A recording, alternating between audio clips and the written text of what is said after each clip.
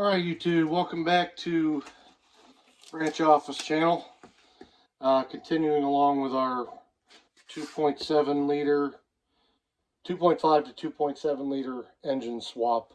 One thing that I may or may not have mentioned in previous videos is the car that this 2.7 liter is going into is a manual shift. I believe it's a 5-speed. I don't think it's a 6-speed. And the car it came out of as an automatic.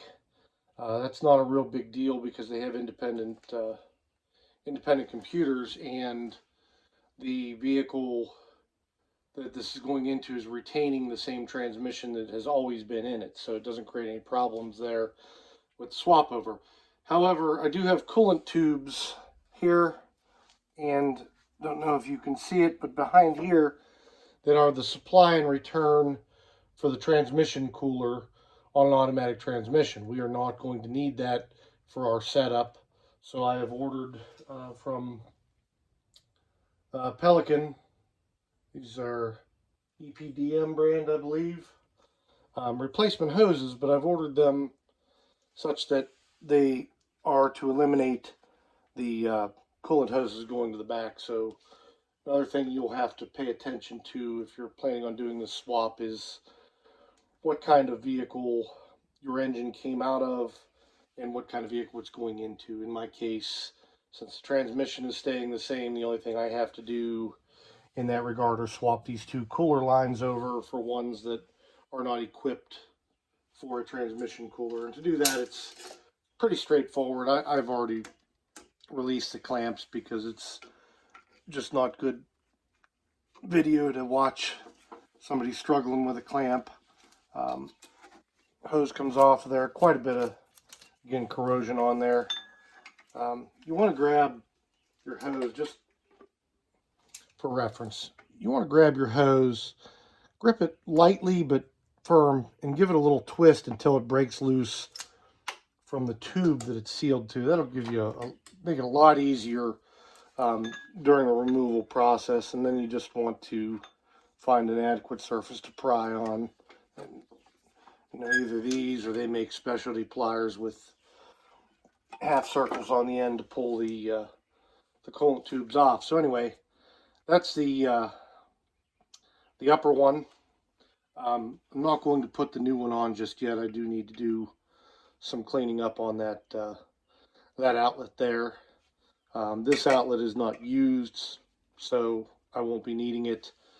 This will connect to the tube that goes to the front of the vehicle, to the radiators themselves. So I'm going to put you on pause, clean up some corrosion, and we'll get back to it.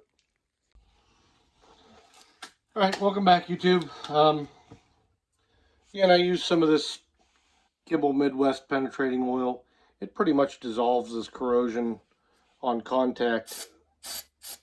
Spray a little bit on there and you can pretty much just wipe it off.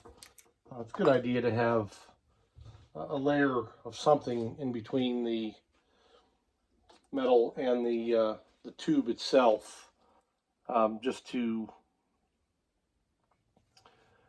stop any corrosion. It also aids in install, makes it a lot easier to get the hose on there properly.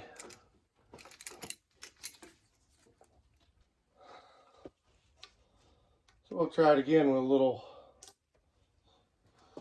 lubrication on the hose too.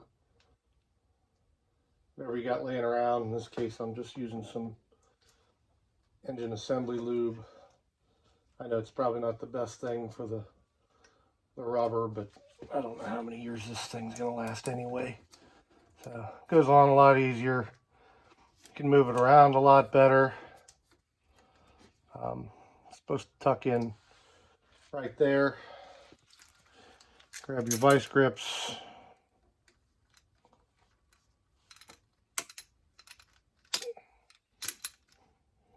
Slide your clamp on, and you're done.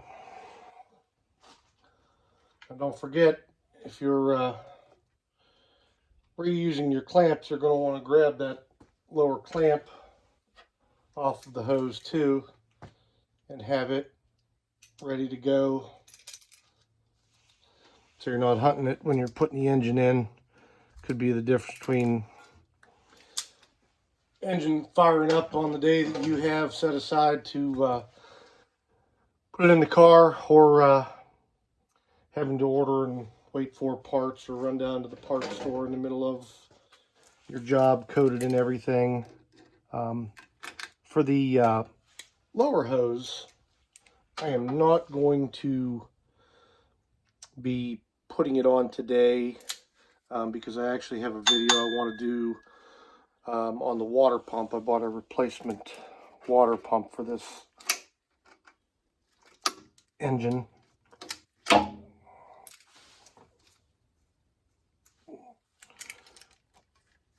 And I'll be doing a video on that.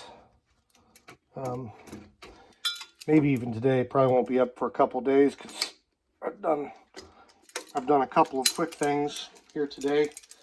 Minimal editing, get those up and online, and go from there. But I will we'll get it partially removed because we're getting ready to go up on the engine stand. Be a little easier to show you some of the things I want to do on the front of the engine with it propped up on the stand. Anyhow, I'll get that off there, and we'll see you in the next video. It's probably going to be the water pump installation. Thanks, and have a great day.